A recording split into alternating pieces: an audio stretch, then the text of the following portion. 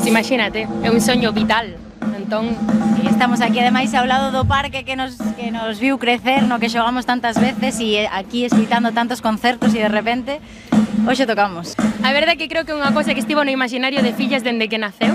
E que hoxe pois se volve tanxível. Eu lembro coas miñas amigas agardando na fila aí para ver, pois eu que sei, dende OT1, sabes? Quer decir, hasta Juanes, a ver, bueno, grupos máis de agora, pero a todos. Daba igual o grupo, en realidade era vir a Castrelos coa túa familia e coas túas amigas para disfrutar do espazo e da túa cidade. A punto de salir xa. Estamos listas, imos para un biquiño. Ai, agora sí, moi boa noite. Que fuerte, estábamos aquí dicindo boa noite Castrelos. E flipando.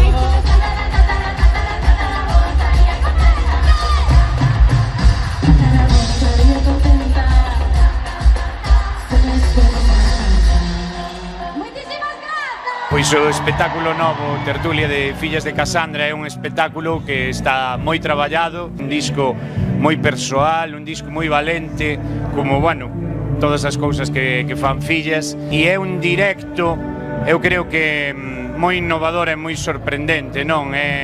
Ten, por suposto, moitas horas de traballo.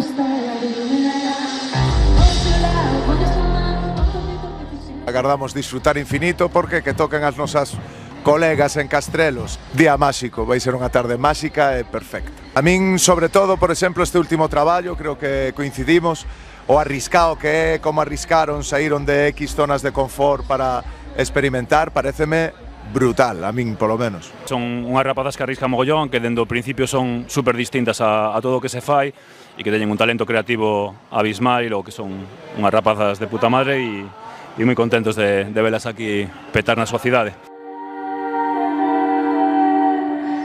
Mola un montón poder tocar en un marco tan emblemático a máis como é o Auditorio de Castrelos, que é un lugar super chulo, e aquí estamos con estos músicos que veñen representando a agrupación musical do Rosal para participar, como digo, en un concerto tan chulo en un auditorio tan emblemático. En 2024 organizamos no Rosal un concerto con fillas e con toda a banda completa, éramos máis de 80 personas en escena, que foi un auténtico espectáculo e que encheu a plaza do Rosal por primeira vez con máis de 6.000 persoas. E a partir de aí, pois se nos quedou unha relación de amizade e de colaboración artística, obviamente, que nos levou a participar con elas na grabación do seu segundo disco, concretamente no tema Tertulia, que é o que lle dá nome ao disco, e hoxe nos permite tamén estar aquí.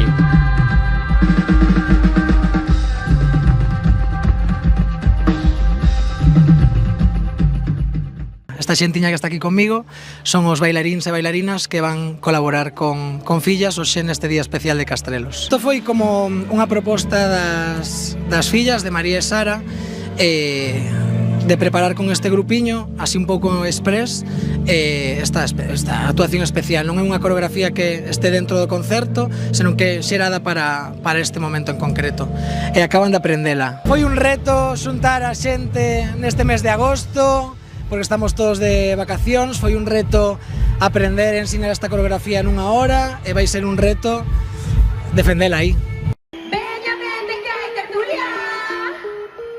Non hai presa, pero apura. Moitas ganas, moita ilusión de estar hoxe aquí. Para nós é unha alegría inmensa que nos chamaran, porque para nós son amigas, son artistazas, estamos hipercontentas. Sí, a poder acompañalas nunha noite tan especial para elas, pois fainos moi felices.